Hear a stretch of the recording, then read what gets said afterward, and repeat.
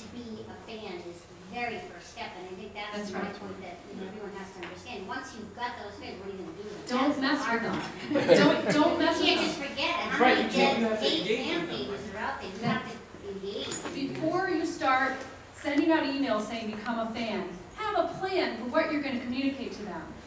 Have a strategy. A content. So what we do is we do a social media editorial calendar. And believe it or not, we set up on Google Calendar. And we color code it. Here are the tweets, here are the blog posts, and here are the Facebook posts. And usually they're all related. And we say these are the 5 topics that Backbase Shutter is going to talk about every month.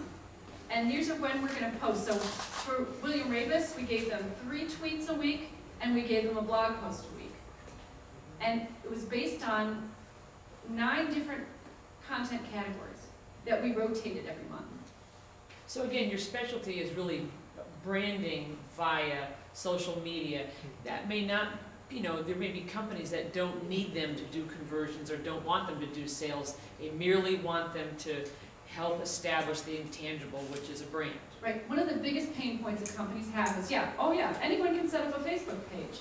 Anyone can, my nephew in the basement, right, built me a website. Well, how good is the website? How good is the website is based on how much good content's on the website.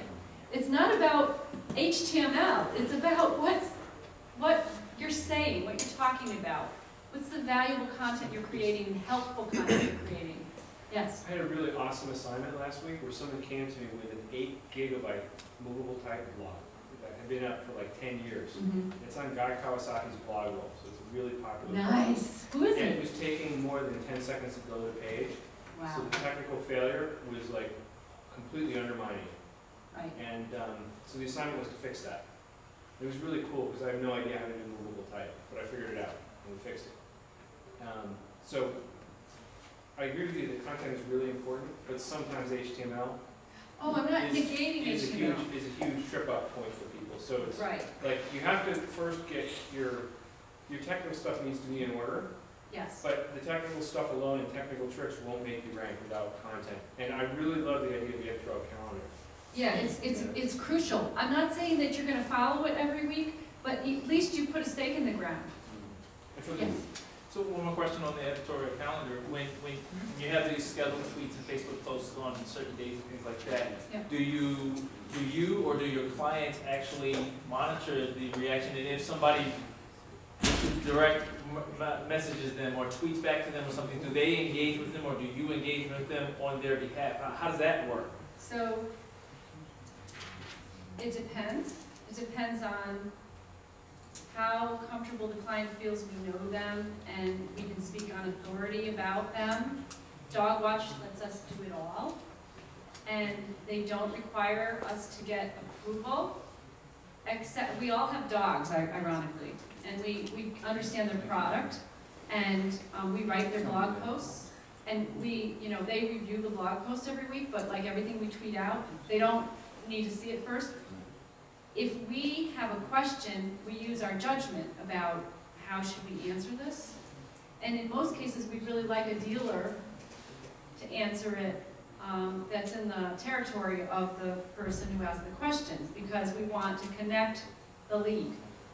So we monitor, and then we say, where's the content? Where's the answer coming from? Where's the, and with, for instance, with William Rabus, there was a very, very long comment on one of Bill Rabus's posts. It was a video that he had done, and some guy wrote this, novella saying that because Bill Rabus was so successful in Fairfield County, that he was ruining it for all the other real estate agents. It was pretty funny because he was basically saying, "You're too successful."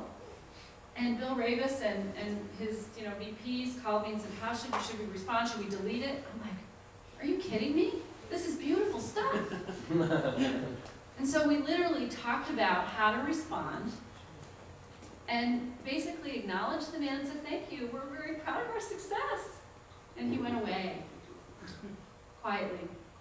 Yes? Yeah, actually my question was going to be exactly on that topic in terms of the best way to respond to negative comments. If in that scenario he went away, but if if he then replies again, do you feel like you always need to be like, you gotta have the last word? You know, or I could feel they- like I'm could they saying go this on a and on? lot lately, but it depends.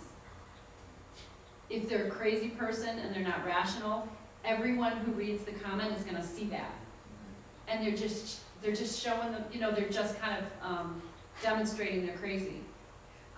If they have valid points, it's a huge opportunity for the company, the representative of the company to show their stuff and show their professionalism and show their respect and show everything that they've got.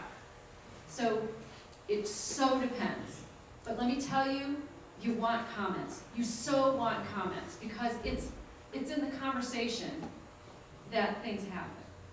You have an opportunity to convert a pissed off customer. And they can become the best customer you've ever had. Those are the people you want. Help solve their problem, and they'll never forget it. And last question, I promise is, now if you're developing, I mean, I have a company Facebook page, but I mean, my business is, I have a national business, which is what I sell equipment for, and then I train field players and goalkeepers regionally. Should I, because the national people are not going to want to see what I do for a training basis, should you have almost 2 Facebook pages, one for Keeper Stop training, and then one for Keeper Stop the overall business? Is that fine? Is the audience different? Is the audience different? Some of their needs are different. Yeah, I Well, mean, here's the they're- thing, okay. it's hard to get fans. When you get the fans, if Yeah. you're gonna be communicating similar things, or that those communications overlap, or, you know, I think what you're trying to do here is say, also you're doing double duty with 2 pages, so, you know, if you think it's gonna work to communicate maybe alternately, one Facebook page for both audiences, and, you know, alternate kind of what the topics are, but they're both kind of related, that'd be easier and better because you're not trying to get fan base for 2 different sites. But if you think they're truly distinct, different audiences, then they're like 2 different businesses and they should be 2 different sites. It's just harder and more laborious. But again, it depends. I feel like I say that a lot lately, but again, it's about strategy and it depends on what you're trying to achieve. They're gonna kick us out. Take advantage of custom tabs too. You could have one tab Right. on training, one tab on product. That's right. You could create unique tabs for different audiences. And even on the issue of fanning, just adding a custom landing page just saying Thanos increased fanning tremendously. Right. It just said by like Right, here's why. So instead of saying, when you sign up for our newsletter, this is another thing that's really important. Rather than say, I'm gonna send you a newsletter and put this in your mailbox every month, instead, just span our Facebook page and all the content will be there. And it's less intrusive. You know, again, you have to hope that people are using their Facebook. They're using Facebook, because there is a good percentage of people who have accounts and don't log in. Except to check and see what their 13-year-old is doing. And what's wrong with that? There's nothing wrong with that. I have so many people say, I only have a Facebook page to make sure my daughter's not getting in trouble. Anyway, I think I'm going to lose my voice soon, and I think they want us to leave. Because they're taking the food. So, feel free to come up and ask me anymore.